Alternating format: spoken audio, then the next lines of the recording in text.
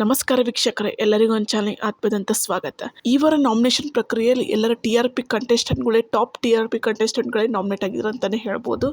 Voting line start ಆದಾಗಿಂದ ಅಂದರೆ ಇಲ್ಲಿವರೆಗೆ voting line start ಆಗಿದೆ ಇಲ್ಲಿವರೆಗೂ ಯಾರು ಅತಿ ಹೆಚ್ಚು ವೋಟ್ ಪಡ್ಕೊಂಡಿದ್ದಾರೆ ಅನ್ನೋದು ಪಡ್ಕೊಂಡಿರೋದು ಯಾರು ಅಂತ ನೋಡೋಣ ಬನ್ನಿ. ಅದಕ್ಕಿಂತ ಮುಂಚೆ ವಿಡಿಯೋ ಲೈಕ್ ಮಾಡಿ, ಶೇರ್ ಮಾಡಿ, ಮರದೇ ನನ್ನ ಚಾನಲ್ನ ಸಬ್ಸ್ಕ್ರೈಬ್ ಮಾಡಿ. ಬನ್ನಿ ವಿಡಿಯೋ ಸ್ಟಾರ್ಟ್ ಮಾಡೋಣ. ಇಷ್ಟು ವಾರದಲ್ಲಿ ಹೋಲಿಸ್ಕೊಂಡ್ರೆ ಈ ವಾರದ ನಾಮಿನೇಷನ್ ಪ್ರಕ್ರಿಯೆ ಅಂತೂ ತುಂಬಾ ವಿಭಿನ್ನವಾಗಿತ್ತು ಅಂತಲೇ ಹೇಳ್ಬೋದು. ಯಾಕಪ್ಪ ಅಂತಂದರೆ ಕಳೆದ ಸೀಸನ್ ಕೆಲವು ಕಂಟೆಸ್ಟೆಂಟ್ಗಳು ಬಂದು ಈ ವಾರದ ನಾಮಿನೇಷನ್ ಪ್ರಕ್ರಿಯೆ ನಡೆಸ್ಕೊಟ್ರು. ಅಷ್ಟೇ ಇಲ್ಲದೆ ಕಳೆದ ಸೀಸನ್ ಕಂಟೆಸ್ಟೆಂಟ್ಗಳು ಆ ಸೀಸನ್ ಆಡಿದ ತಮ್ಮ ಬೆಸ್ಟ್ ಆಟವನ್ನು ತಗೊಂಡು ನಾಮಿನೇಷನ್ ಪ್ರಕ್ರಿಯೆ ತಗೊಂಡು ಈ ಸೀಸನ್ನಲ್ಲಿ ಬಂದಿದ್ರು ಅಂತಲೇ ಹೇಳ್ಬೋದು. ಈ ಸೀಸನ್ ಆಟನ ಇವರಿಗೆ ನಾಮಿನೇಷನ್ ಪ್ರಕ್ರಿಯೆ ರೂಪದಲ್ಲಿ ಕೊಡ್ಕೊತ ಹೋದ್ರು ಅಂತಲೇ ಹೇಳ್ಬೋದು. ಫಸ್ಟ್ ಪ್ರಥಮ್ ಅವ್ರು ಬಂದಿದ್ದರು, ಆಮೇಲೆ ತನಿಷಾ ಅವ್ರು ಬಂದಿದ್ದರು, ಅವ್ರು ನಾಮಿನೇಷನ್ ಪ್ರಕ್ರಿಯೆ ನಡೆಸ್ಕೊಟ್ರು. ನೆಕ್ಸ್ಟ್ ಬಂದು ತುಕಾಲಿ ಸಂತೋಷ್ ಅವ್ರು ಬಂದರು, ಆಗ ನಮೃತ ಬಂದರು. ಲಾಸ್ಟಿಗೆ ಬಿಗ್ ಬಾಸ್ ಸೀಸನ್ 10 ವಿನ್ನರ್ ಆದಂತಹ ಕಾರ್ತಿಕ್ ಮಹೇಶ್ ಅವ್ರು ಬಂದು ಡೈರೆಕ್ಟ್ ನಾಮಿನೇಟ್ ಮಾಡಿದ್ರು ಅಂತಲೇ ಹೇಳ್ಬೋದು. ಇವರಲ್ಲಿ ಯಾರೆಲ್ಲ ನಾಮಿನೇಟ್ ಆಗಿದ್ದಾರಪ್ಪ ಅಂತಂದರೆ ಫಸ್ಟ್ ಬಂದು ತ್ರಿವಿಕ್ರಮ್ ಅವ್ರು ನಾಮಿನೇಟ್ ಆಗಿದ್ದಾರೆ, ಮೋಕ್ಷಿತಾ ಅವ್ರು ನಾಮಿನೇಟ್ ಆಗಿದ್ದಾರೆ, ಹಾಗೆ ಶಿಶಿರ್ ಅವರು, ಭವೇಗೌಡ ಅವರು ನಾಮಿನೇಟ್ ಆಗಿದ್ದಾರೆ. ಭಾಳ ದಿನಗಳ ನಂತರ ಹನುಮಂತ್ ಅವರು ಭಾಳ ವಾರಗಳಂತಲೇ ಹೇಳ್ಬೋದು ಹನುಮಂತ್ ಅವರು ನಾಮಿನೇಟ್ ಆಗಿದ್ದಾರೆ. ಹಾಗೆ ಧನ್ರಾಜ್ ಅವರು ನಾಮಿನೇಟ್ ಆಗಿದ್ದಾರೆ. ಚೈತ್ರ ಕುಂದಾಪುರ್ ಅವರು ಕೂಡ ನಾಮಿನೇಟ್ ಆಗಿದ್ದಾರೆ. ಈ ವಾರ ಟೋಟಲ್ ಆಗಿ 8 ಜನ ನಾಮಿನೇಟ್ ಆಗಿದ್ದಾರೆ. ಈ ವಾರ ಈ 8 ಕಂಟೆಸ್ಟೆಂಟ್ಗಳಲ್ಲಿ ವೋಟಿಂಗ್ ಲೈನ್ ಪ್ರಕಾರ ಯಾರಿಗೆ ಅತಿ ಹೆಚ್ಚು ವೋಟ್ ಬಿದ್ದಿದೆ ಅಂತ ನೋಡೋಣ ಬನ್ನಿ. ಬುಧವಾರ ಹಾಗೂ ಗುರುವಾರ ವೋಟಿಂಗ್ ಲೈನ್ ಪ್ರಕಾರ ಮೊದಲಿಗೆ ಬಂದು ಹನುಮಂತ್ ಅವರು ಇದ್ದಾರೆ ಅಂತಲೇ ಹೇಳ್ಬೋದು. ಈ ವಾರ ಅತಿ ಹೆಚ್ಚು ವೋಟ್ ಪಡ್ಕೊಂಡು ಮೊದಲೇ ಸ್ಥಾನದಲ್ಲಿ ಇರೋದು ಬಂದು ಹನುಮಂತ್ ಅವರು.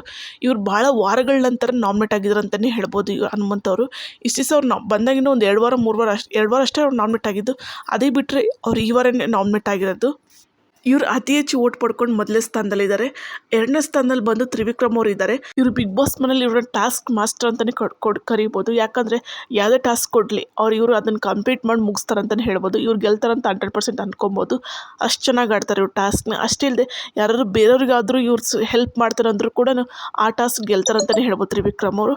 ಅಷ್ಟು ಚೆನ್ನಾಗಿ ಆಡ್ತಾರೆ. ಈ ವಾರ ಯಾಕೋ ಇವರು ಅಷ್ಟಿನ ಟಾಸ್ಕ್ನ ಕಾಣಿಸ್ಕೊಂಡಿರ್ಬೋದು, ಆದರೆ ಕೊಟ್ಟಿರೋ ಟಾಸ್ಕ್ನಂತ ಅಚ್ಚುಕಟ್ಟಾಗಿ ಮುಗಿಸ್ತಾರೆ ಅಂತಲೇ ಹೇಳ್ಬೋದು ಇವರು.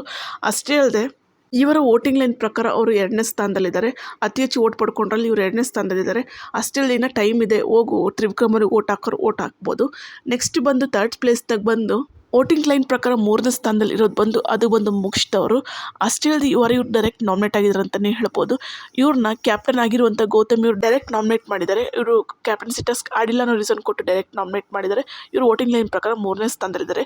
4ನೇ ಸ್ಥಾನದಲ್ಲಿ ಬಂದು ರಜತ್ ಅವರು ಅಂತಲೇ ಹೇಳ್ಬೋದು. ವೈಟ್ ಕಾರ್ಡ್ ಕಂಟೆಸ್ಟೆಂಟ್ ಮೂಲಕ ಎಂಟ್ರಿ ಕೊಟ್ಟು ರಜತ್ ಅವರು ಅತಿ ಹೆಚ್ಚು ವೋಟ್ಗಳಲ್ಲಿ 4ನೇ ಸ್ಥಾನದಲ್ಲಿ ಅಂತ ಹೇಳ್ಬೋದು.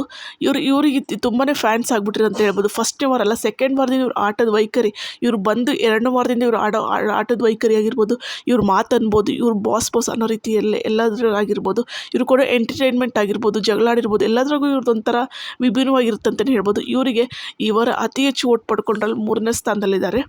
ನೆಕ್ಸ್ಟ್ ಬಂದು 5ನೇ ಸ್ಥಾನದಲ್ಲಿ ಯಾರಿದ್ದಾರಪ್ಪ ಅಂತಂದ್ರೆ ಅದು ಬಂದು ಶಿಶಿರ್ ಅವರು ಇದ್ದಾರೆ 5ನೇ ಸ್ಥಾನದಲ್ಲಿ ವೋಟಿಂಗ್ ಲೈನ್ ಪ್ರಕಾರ. ಇವರು ಮೊದಲೇ 2 ವಾರ ತುಂಬಾನೇ ಚೆನ್ನಾಗಿ ಆಟ ಆಡ್ತಿದ್ರು ಅಂತ ಹೇಳ್ಬೋದು. ಇವರೇ ಫೈನಲಿಸ್ಟ್ ಅನ್ನೋ ರೀತಿಯಲ್ಲಿ ಆಟ ಆಡ್ತಿದ್ರು. ಆದರೆ ಬರ್ತಾ ಇವ್ರು ಆಡ್ತಾ ಲೆವೆಲ್ ತುಂಬಾ ಲೋ ಆಗ್ಬಿಟ್ರು ಅಂತಾನೆ ಅನಿಸ್ಬಿಡುತ್ತೆ. ಅಷ್ಟೇ ಇಲ್ಲದೆ ಇವ್ರು ಕಳೆದ ಬಾರ ಬಾಟಮ್ 2ನಲ್ಲಿ ಬಂದು ಸ್ವಲ್ಪ ಎಚ್ಚರಿಸ್ಕೊಂಡಿದ್ದಾರೆ ಅಂತಲೇ ಹೇಳ್ಬೋದು. ಹೌದು, ಇವಾಗ ನೋಡಿರ್ಬೋದು, ಇವಾಗ ಸ್ವಲ್ಪ ಮಾತಾಡ್ತಾರೆ, ಎಲ್ಲರೂ ಜಗಳ ಇದ್ರೆ ಅಲ್ಲೋಗಿ ಜಗಳ ಆಡ್ತಾರೆ.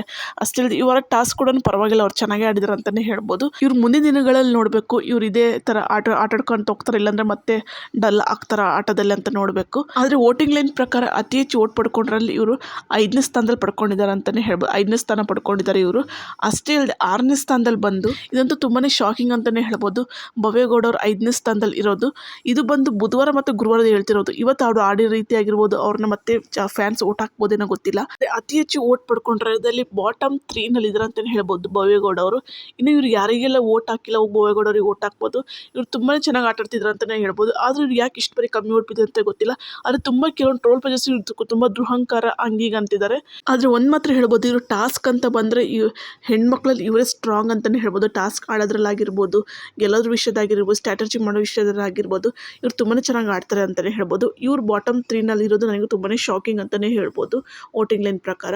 ನೆಕ್ಸ್ಟ್ ಬಂದು ಬಾಟಮ್ 2 ಅಂದರೆ 7 ಹಾಗೂ 8ನೇ ಸ್ಥಾನದಲ್ಲಿ, ಅಂದರೆ ಕೊನೆ ಸ್ಥಾನದಲ್ಲಿ ಇಬ್ಬರು ಯಾರಿದ್ದಾರೆ ಅಂತಾರೆ ಇಬ್ಬರು, ಅದು ಬಂದು ಧನ್ರಾಜ್ ಹಾಗೂ ಚೈತ್ರ ಕುಂದಾಪುರ್ ಅವರು ಇಬ್ಬರು 2ನೇ ಸ್ಥಾನದಲ್ಲಿದ್ದಾರೆ. ಅಷ್ಟೇ ಇಲ್ಲದೆ ಚೈತ್ರ ಕುಂದಾಪುರಿಗೆ ಹೇಳ್ಬೇಕಂದ್ರೆ ಬುಧವಾರ ಅಷ್ಟು ಚೆನ್ನಾಗಿ ಓಟ್ ಬಿಡಲಿಲ್ಲ, ಆದರೆ ಗುರುವಾರ ತುಂಬ ಚೆನ್ನಾಗಿ ಓಟ್ ಬಿದ್ದಿದೆ ಅಂತಲೇ ಹೇಳ್ಬೋದು ಚೈತ್ರ ಕುಂದಾಪುರ್ ಅವರಿಗೆ. ಅಷ್ಟೇ ಅಲ್ಲದೆ ಈ ಧನರಾಜ್ ಅವ್ರಿಗೆ ಯಾಕೇನು ಗೊತ್ತಿಲ್ಲ, ತುಂಬ ಕಾಲು ಕೆರ್ಕೊಂಡು ಜಗಳಕ್ಕೆ ಹೋಗ್ತಿದ್ದಾರೆ ಅಂತಲೇ ಹೇಳ್ಬೋದು. ಸುಮ್ಮನೆ ತ್ರಿವಿಕ್ರಮ್ ಮುಂದೆ ಹಿಂದ್ಗಡೆ ಮಾತಾಡ್ತಿದ್ದಾರೆ ಇವರು. ತ್ರಿವಿಕ್ರಮ್ ಅವ್ರ ಬಗ್ಗೆ ಯಾಕೆ ಬರೀ ತ್ರಿವಿಕ್ರಮ್ ಅನ್ನೋ ಟಾಪಿಕ್ಗೆ ತೆಗೆದಿದ್ದಾರೆ ಇವರು. ಚೈತ್ರ ಕುಂದಾಪುರ್ ಅವರು 7ನೇ ಸ್ಥಾನ ಪಡ್ಕೊಂಡಿದ್ದಾರೆ ಅಂತಲೇ ಹೇಳ್ಬೋದು ವೋಟಿಂಗ್ ಲೈನ್ ಪ್ರಕಾರ.